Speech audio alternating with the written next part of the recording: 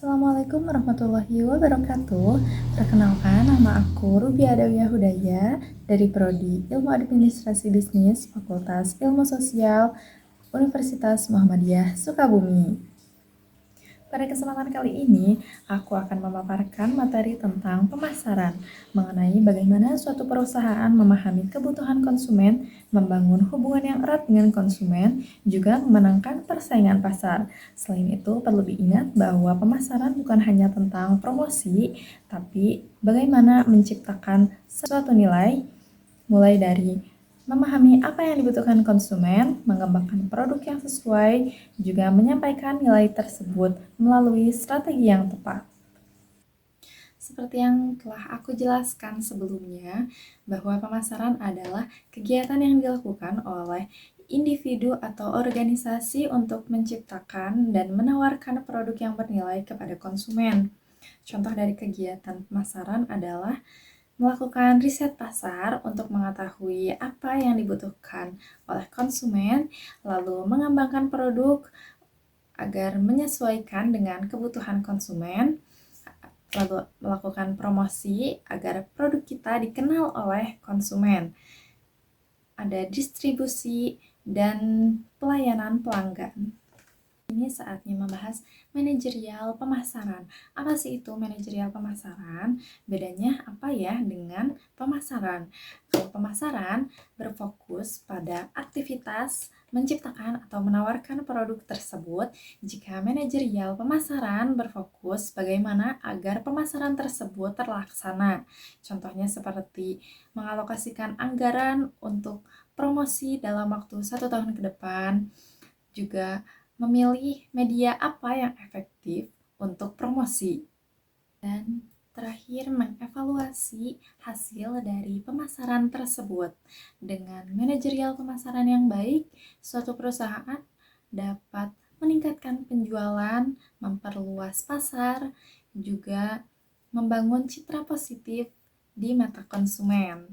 Intinya, manajerial pemasaran adalah bagaimana cara mengatur promosi tersebut agar berjalan secara efektif. Lalu ada STP, yaitu segmentasi, targeting, dan positioning. Yang pertama, segmentasi. Segmentasi adalah proses mengelompokkan pasar yang luas menjadi kelompok kecil berdasarkan karakteristik, kebutuhan, atau perilaku yang sama.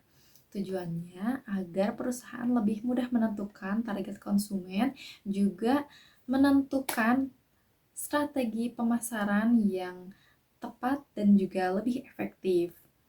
Yang pertama ada segmentasi geografis, dikelompokkan berdasarkan lokasi. Contohnya, pada daerah yang beriklim dingin akan lebih banyak penjual jaket tebal dan hangat. Yang kedua ada segmentasi demografis, yaitu dikelompokkan berdasarkan jenis kelamin, usia, ataupun penghasilan. Contohnya, suatu perusahaan yang menjual produk susu ibu hamil atau susu ibu menyusui, untuk tentunya targetnya adalah wanita-wanita yang sedang dalam masa kehamilan ataupun baru melahirkan. Lalu yang ketiga ada segmentasi psikografis, dikelompokkan berdasarkan kepribadian atau gaya hidup. Contohnya, produk yang menjual suplemen untuk orang-orang yang sedang mengusahakan gaya hidup sehat. Yang terakhir ada segmentasi perilaku, dikelompokkan berdasarkan kebiasaan membeli. Contohnya, konsumen yang ingin menuai hasil instan tentunya akan lebih memilih produk brightening daripada moisturizer biasa.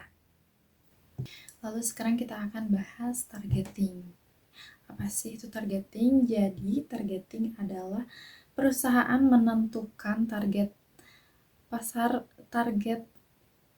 mana dari 4 segmen tadi yang lebih banyak menghasilkan keuntungan bagi perusahaan. Targeting juga ada 4 jenis.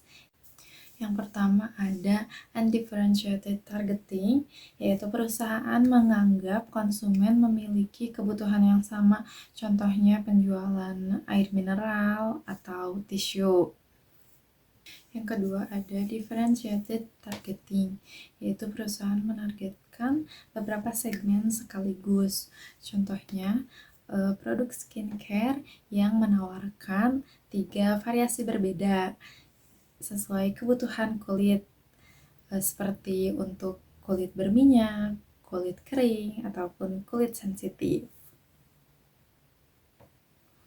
Yang ketiga ada niche marketing atau concentrated targeting, yaitu perusahaan menargetkan satu segmen kecil, contohnya restoran yang fokus menyediakan makanan untuk vegan.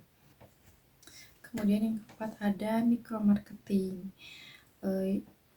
Perusahaan menargetkan segmen yang lebih spesifik, contohnya minimarket yang buka di kampus lebih banyak menyediakan produk snack, jajanan, dan lain-lain, sedangkan minimarket yang ada di lingkungan perumahan lebih banyak menyediakan produk bumbu dapur, popok bayi, atau alat rumah tangga lain. Selanjutnya ada positioning, yaitu cara perusahaan meningkatkan citra dan meninggalkan kesan di hati konsumen sehingga berbeda dari pesaing lain dan mudah dikenali. Yang pertama ada positioning berdasarkan fitur produk. Contohnya Samsung seri S Pen menyediakan stylus untuk meningkatkan produktivitas. Yang kedua ada positioning berdasarkan manfaat produk. Contohnya pasta gigi Sensodyne dikhususkan untuk gigi sensitif. Yang ketiga ada positioning berdasarkan harga atau kualitas. Contohnya Apple iPhone menyediakan smartphone premium dengan kualitas terbaik. Yang keempat ada positioning berdasarkan penggunaan. Contohnya produk Salon Pas digunakan saat pegal linu atau nyeri otot. Selanjutnya ada bauran pemasaran, yaitu cara perusahaan mengatur produk, harga, tempat jual, dan juga promosi produk supaya produk tersebut laku di pasaran. Dalam bauran pemasaran ada istilah 4P, yaitu product, price, place, and promotion. Yang pertama ada produk. Ini bukan hanya tentang barangnya, tetapi kualitasnya, desainnya, fiturnya, kemasannya, bahkan manfaatnya. Contohnya adalah Indomie, mie instan dengan rasa yang enak dengan banyak varian. Yang kedua ada price atau harga. Ini menentukan suatu produk dipandang berkualitas atau tidak dari harganya. Contohnya seperti iPhone yang dilihat sebagai smartphone premium karena harganya. Yang ketiga ada place atau tempat pendistribusian produk tersebut. Bagaimana supaya produk tersebut mudah didapatkan oleh konsumen. Contohnya seperti menjual produk di platform online seperti Shopee, TikTok Shop, atau Tokopedia. Yang keempat ada promotion atau promosi. Bagaimana cara meyakinkan pembeli untuk membeli produk kita. Bisa dipromosikan lewat selebgram, endorsement, dan lain-lain. Ya, dari penjelasan saya sebelumnya, pada intinya pemasaran adalah aktivitas untuk menciptakan nilai dan memasarkan produk. Sedangkan manajerial adalah cara bagaimana agar pemasaran tersebut terlaksana secara efisien dan efektif. Juga tadi ada STP, yaitu segmentasi pasar, targeting, dan positioning. Juga ada bauran pemasaran sebagai langkah strategis untuk menarik konsumen. Mungkin sekian dari saya.